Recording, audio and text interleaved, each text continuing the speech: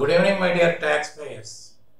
ఇకపై మీకు నిన్నటి మొన్నటి వరకు కాస్తో కోస్తో రిఫండ్ తీసుకున్న వాళ్ళకు కూడా ఇకపై రిఫండ్ వచ్చే అవకాశాలు చాలా చాలా చాలా తక్కువ. ఎందుకు అంటే ఓల్డ్ ట్యాక్స్ రిజీమ్లో మీకు అన్ని రకాలుగా అంటే మీరు ఇంటి రెంట్ కట్టితే దాని మినహాయింపు, పిల్లల స్కూల్ ఫీజులు మినహాయింపులు, తర్వాత మెడికల్ ఎక్స్పెన్సెస్ మీకు కానీ పేరెంట్స్కి కానీ ఉంటే అవి మినహాయింపులు, మీరు ఇల్లు అప్పు మీద కొనుక్కుంటే దానికి చెల్లించేది, తర్వాత దానిపైన 2 లక్షల రూపాయల వరకు ఇంట్రెస్ట్ మినహాయింపు. అట్లాంటిది ఎలక్ట్రికల్ వెహికల్ కొనుక్కుని లోన్ మీద ఎలక్ట్రికల్ వెహికల్ కొనుక్కున్నా కూడా దానికి మినహాయింపు. ఎన్నో రకాల మినహాయింపులు అండి.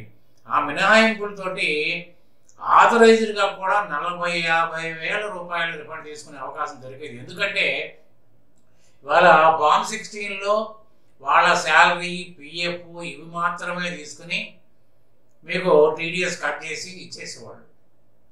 దానివల్ల ఏమవుతుందంటే మీ మీద ఆ కాస్త తగ్గించడం వల్ల హెచ్ఆర్ఏ ఎగ్జామ్షను, తర్వాత పిఎఫ్, ఈఎస్ఐ ఇవి మాత్రమే తీసుకునేవాళ్ళు. మిగతా దాన్ని మీరు కూడా ఇవ్వకుండా ఉండేవాళ్ళు. లాస్ట్ వరకు మీ ప్రయత్నాలు మీరు చేసుకుంటూ ఉండేవాళ్ళు. అప్పుడు ఏమైందంటే మీ దగ్గర నుంచి వసూలు చేసిన టీడీఎస్ శాతం చాలా ఎక్కువ ఉండేది. ఎప్పుడైతే మీరు రిటర్న్ ఫైల్ చేయడానికి వచ్చినప్పుడు ఇటువంటి అన్నీ ఎప్పుడైతే ఎంక్లోజ్ చేసి ఎడిషన్ చేసి చేయటం వల్ల మీకు యొక్క ట్యాక్స్ లయబిలిటీ గణనీయంగా తగ్గిపోయేది. తగ్గిపోవడం వల్ల ఏంటంటే మీకు రిఫండ్ రూపంలో వచ్చేసేది, హ్యాపీగా ఉండేది. కానీ దాన్ని వక్ర మార్గంలో తిప్పి 4-5 సంవత్సరాలుగా ఎవరు పడితే వాళ్ళు ట్యాక్స్ ఫైలింగ్ చేసి రిఫండ్స్ క్లెయిమ్ చేసేసుకున్నారు. ఒకళ్ళేమో రిఫండ్ క్లెయిమ్ చేసుకున్నారు, ఇంకొకరికేమో అదనంగా ట్యాక్స్ పడి పరిస్థితి ఉంటే, ఎందుకంటే అదర్ ఇన్కమ్ ఉంటే ఏదైనా కమిషన్ కానీ, బ్రోకరేజ్ కానీ, అది కానీ ఇది కానీ ఏదైనా ఉంటే దాన్ని కూడా కనపడనివ్వకుండా చేయడం కోసం వాళ్ళ రకరకాల ఎక్స్పెండిచర్స్ బుక్ చేసేసి ఏదైతే డిడక్షన్స్కి అవైలబిలిటీ ఉన్నాయో, పెరిమిజిబుల్ డిడక్షన్స్ ఏదైతే ఉన్నాయో అవి ఉన్నా లేకపోయినా కూడా దాన్ని క్లెయిమ్ చేసేసి రిఫండ్ రాకపోయినా మనకి ట్యాక్స్ లయబిలిటీ లేకుండా చేసుకున్నాం. ఏదైనా ఒకటే కదా, రిఫండ్ తీసుకున్నా ఒకటే, ట్యాక్స్ లయబిలిటీ లేకుండా చేసుకున్నా ఒకటే. ఆ విధంగా నడిచింది. కానీ ఇప్పుడు ఏమైంది, ఇవాళ new tax regime, old tax regime. ఏప్రిల్లోనే మిమ్మల్ని అడుగుతున్నారు, మీరు ఓల్డా న్యూవా. కొంతమంది తెలుగు వాళ్ళు ఏమో ఆడిటర్స్ని అడిగి ఏమంటే ఓల్డ్లో రమ్మంటారా న్యూలో రమ్మంటారా అంటే, ఆడిటర్స్ గత అనుభవాన్ని దృష్టిలో పెట్టుకుని, అంటే గతంలో వాళ్ళ ఫైల్ ఎలా ఉండేది, అంటే డిడక్షన్స్కి ఎక్కువ స్కోప్ ఉందా లేదా, స్కోప్ లేనప్పుడు మీరు న్యూ ట్యాక్స్ రిజీమ్కి వెళ్ళని అనేవాళ్ళు. కొంతమంది ఏమో అది కూడా పట్టించుకోకుండా పక్కవాడు వెళ్ళకపోతే వాళ్ళు కూడా వెళ్ళిపోయేవాళ్ళు.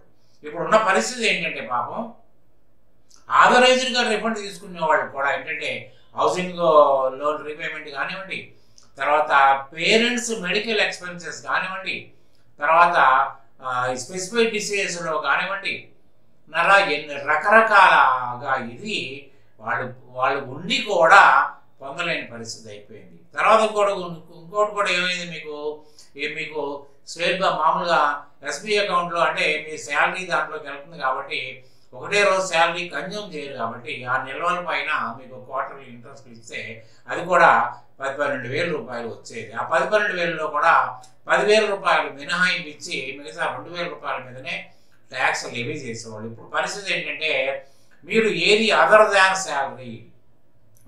శాలరీ ఏదున్నా కూడా మీకు అడిషనల్ ఇన్కమ్ కింద లెక్క. కాబట్టి మీకు అదర్ ఇంట్రెస్ట్లు, మీరు డిపాజిట్ల మీద ఇంట్రెస్ట్లు ఉన్నారా, తర్వాత మీకు అదర్ ఎస్బీ అకౌంట్ ఇంట్రెస్ట్లు ఇవన్నీ కూడా యాడ్ అయిపోతున్నాయి. యాడ్ అయిపోతే ఇవాళ నేను ఒకరికి 20,000 రూపాయలు ట్యాక్స్ కట్టించాను. పాప అతను ముందు గతంలో అతను 10-12 వేల రూపాయలు రిఫండ్ తీసుకున్నాడు. ఎందుకంటే మెడికల్ ఎక్స్పెన్సెస్ ఉన్నాయి, అతనికి హౌసింగ్ లోన్ రీపేమెంట్ ఉంది, ఇవన్నీ ఉన్నాయి.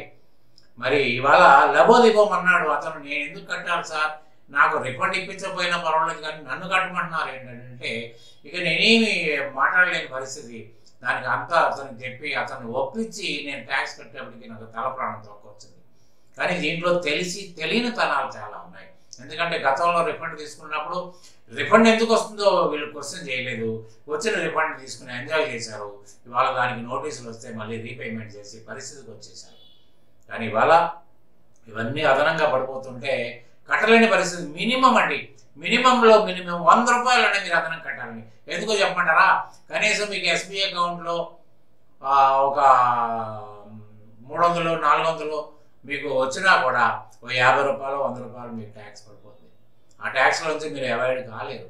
తర్వాత ఇంకో కొంతమంది ఇంకో క్లయింట్ చేసిన పని ఏంటంటే, ఆయన 15 HGలో ఉన్నాయి కదా, ఏంటంటే హెచ్ ఏమో సీనియర్ సిటిజన్, జిహెచ్ ఏమో అదర్ దాన్ సీనియర్ సిటిజన్. అయితే 2,50,000 రూపాయల ఇన్కమ్ లోబడి ఉన్న వాళ్ళకి ఇది నాకు ఏ విధమైన ట్యాక్స్, అసలు బేసిక్ ట్యాక్స్ లేదు కాబట్టి నాకు ఏ విధమైన ట్యాక్స్ పైన టీడీఎస్ కట్ చేయొద్దని ఒక రిక్వెస్ట్ ఫారం బ్యాంకర్కి ఇస్తే బ్యాంకర్ ఇంట్రెస్ట్ ఇస్తాడు, కానీ దాని మీద టీడీఎస్ కట్టకుండా గ్రాస్ అమౌంట్ ఇచ్చేస్తాడు.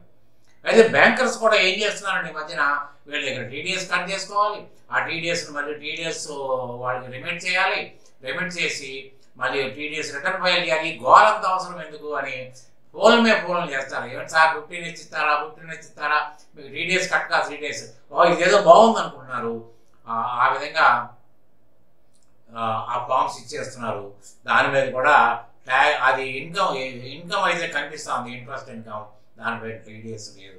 ఇవన్నీ కట్టాలంటే అందుకని ఇకపైన ఓల్డ్ ట్యాక్స్ రిజీమ్ని డిస్కరేజ్ చేస్తే పోతున్నారు. ఇక ఓల్డ్ ట్యాక్స్ రిజీమ్ అనేది ఉండదు, న్యూ ట్యాక్స్ రిజీమే ఉంటుంది.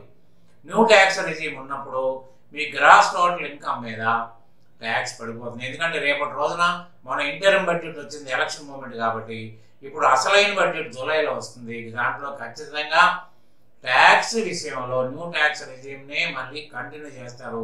ఇది నెమ్మదిగా డిస్కరేజ్ చేస్తారు. ఎప్పుడైనా సరే ఓల్డ్ సిస్టమ్లోంచి న్యూ సిస్టంలోకి వచ్చినప్పుడు ఓల్డ్ సిస్టమ్ కూడా కొంతకాలం మెయింటైన్ చేస్తారు. తర్వాత ఏంటంటే నెమ్మదిగా దీనికి అలవాటు చేసి దాన్ని తీసేస్తారు. కాబట్టి ఇవాళ గవర్నమెంట్ దీన్ని ప్లాన్ చేయడంలో రెండు ఉద్దేశాలు ఉన్నాయి. ఒకటి ఏంటంటే గత 4-5 సంవత్సరాలుగా కోట్ల రూపాయలు డబ్బు కొల్లగొట్టబడింది. దాన్ని ఇవాళ నోటీసులు ఇచ్చి అది చేసి ఇది చేస్తే కూడా ఒక రకంగా వల్ల కావట్లేదు. చాలా అంటే చాలా ఇబ్బంది పడుతున్నారు. దాదాపు ఒక 6 లక్షల నోటీసులు ఇస్తే 4,30,000 నోటీసులు అసెస్మెంట్ చేయడం అయింది. వాళ్ళ దగ్గర నుంచి రికవరీ చేయడం జరిగింది. ఇంకా ఉన్నాయి, ఇంకా చాలా ఉన్నాయి చేయాల్సినవి. అంటే దాదాపు 99% everybody May receive a notice. ఈరోజు కాకపోయినా ఎల్లుండని వస్తుంది. సో కాబట్టి ఏంటంటే ఇదంతా ఇబ్బందికరమైన వాతావరణం ముందు రోజుల్లో ఉన్నాయి.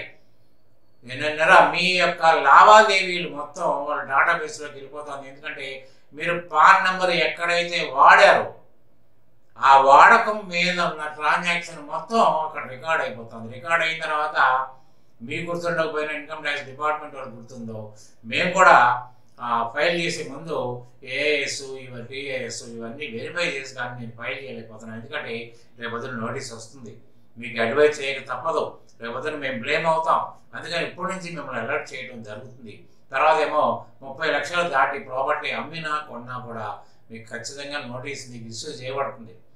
అవన్నిటిలో మీరు జాగ్రత్తగా ఉండాలి. క్యాష్ డిపాజిట్లు చేయకండి, క్యాష్ విత్డ్రాల్స్ మీద కూడా ఇబ్బంది ఉంది. ఇవన్నీ దృష్టిలో పెట్టుకోండి. ఇక ముందు మాత్రం మీరు న్యూ ట్యాక్స్ రెజీమ్లోకి వెళ్ళేటప్పుడు ఇవేమీ వర్తించవు. ఏ విధమైన అదనం 100 రూపాయలు ఇంట్రెస్ట్ ఉన్నా అది యాడ్ బ్యాక్ అయిపోద్ది. దానిపైన మీరు ట్యాక్స్ కట్టాల్సిన పొజిషన్ వస్తుంది. 100 రూపాయలు మించి మీకు 20,000, 25,000 రూపాయలు, 10,000, 15,000 కట్టాలంటే ఆ రోజున చాలా ఇబ్బంది పడిపోతారు మీరు. కాబట్టి జాగ్రత్త పడండి ఉన్నారా. అందుకని ఏంటంటే ఇవాళ రిటర్న్ ఫైల్ చేసినప్పుడు తగిన జాగ్రత్తలు ఇప్పుడైనా తీసుకోండి. నిన్నటిదాకా మీరు ఏమీ పట్టించుకోలేదు. ఒక ట్యాక్స్ కన్సల్టెంట్కి ఇచ్చారు, ఆయన ఫైల్ చేశాడు, ఊరుకున్నారు. కానీ ఇక ముందు మీరు ఎవరితోటైతే ఫైల్ చేస్తారు, ఈవెన్ నాతో ఫైల్ చేయించినా కూడా మీ పాస్వర్డ్ మీరు తీసుకోండి. మీరు అడగకపోయినా మేము పాస్వర్డ్ ఇచ్చేస్తాం. పాస్వర్డ్ తీసుకోండి. ఎప్పటికప్పుడు జాగ్రత్తగా ఉండండి. ఏం జరగబోతుంది నా వ్యవహారంలో, నా ప్రొఫైల్లో ఏం జరగబోతుంది అనేది మీకు మీరు వాచ్ చేసుకునే అవకాశం ఉంది. కావాలంటే మీరు నేను ఆఫీసు మీ పర్టికులర్ ఆఫీస్కి వచ్చి కూడా ఎట్లా దాన్ని వెరిఫై చేసుకోవాలో, ఎట్లా మీ జాగ్రత్తల్లో మీరు ఎలా ఉండాలనేది కూడా మీరు if you request put a request, I will come to your office and I will give a awareness class. అది మాత్రం జాగ్రత్తలు అండి. ఏదో ఫైల్ చేసాం అయిపోయింది అనుకుంటే మాత్రం అవ్వదు, స్టార్ట్ అయిపోద్ది. కాబట్టి ఇక ఇటువంటి జాగ్రత్తలు ఇక ముందు కూడా నేను ఎన్నో చెప్తాను. మీకు ఏదైనా వ్యవహారం వచ్చినా, ఏదైనా డౌట్ వచ్చినా కూడా మీరు నాకు నా టెలిఫోన్ నెంబర్లో మాట్లాడండి. తర్వాత ఏదైనా ఇష్యూ ఉన్నా, ఏదైనా నోటీస్ ఉన్నా కూడా నా సర్వీస్ తీసుకోండి. దానివల్ల మీకు రిలీఫ్ రావడమే కాకుండా మీకు ఇక ముందు ఫ్యూచర్లో ఇబ్బందులు రాకుండా కూడా నేను సరైన అడ్వైజెస్, నా అనుభవం మీకు దారి చూపిస్తుందని నేను చెప్పుకుంటూ, ఇవాళ మీకు ఈ వీడియో కనుక నచ్చితే మీ మీ మీ ఫ్రెండ్స్కి కానీ, మీ రిలేటివ్స్కి కానీ, లేకపోతే మీ తోటి కొలీగ్స్ కానీ షేర్ చేయండి. తర్వాత ఇప్పటివరకు మీరు సబ్స్క్రైబ్ చేయకపోతే సబ్స్క్రైబ్ చేయండి. మీ లైక్ నన్ను ఎంకరేజ్ చేస్తుంది. ఎందుకంటే మీరు ఎన్ని లైక్లు నాకు పడితే అంత ఎంకరేజ్మెంట్ నాకు వస్తుంది. కాబట్టి ఇంకా కొత్త ఇష్యూస్ మీ ముందు తీసుకురావడానికి నేను ప్రయత్నం చేస్తానని చెప్పుకుంటూ I'm taking leave. Anyhow I'm conveying my thanks for watching my video. Thank you very much. Good day.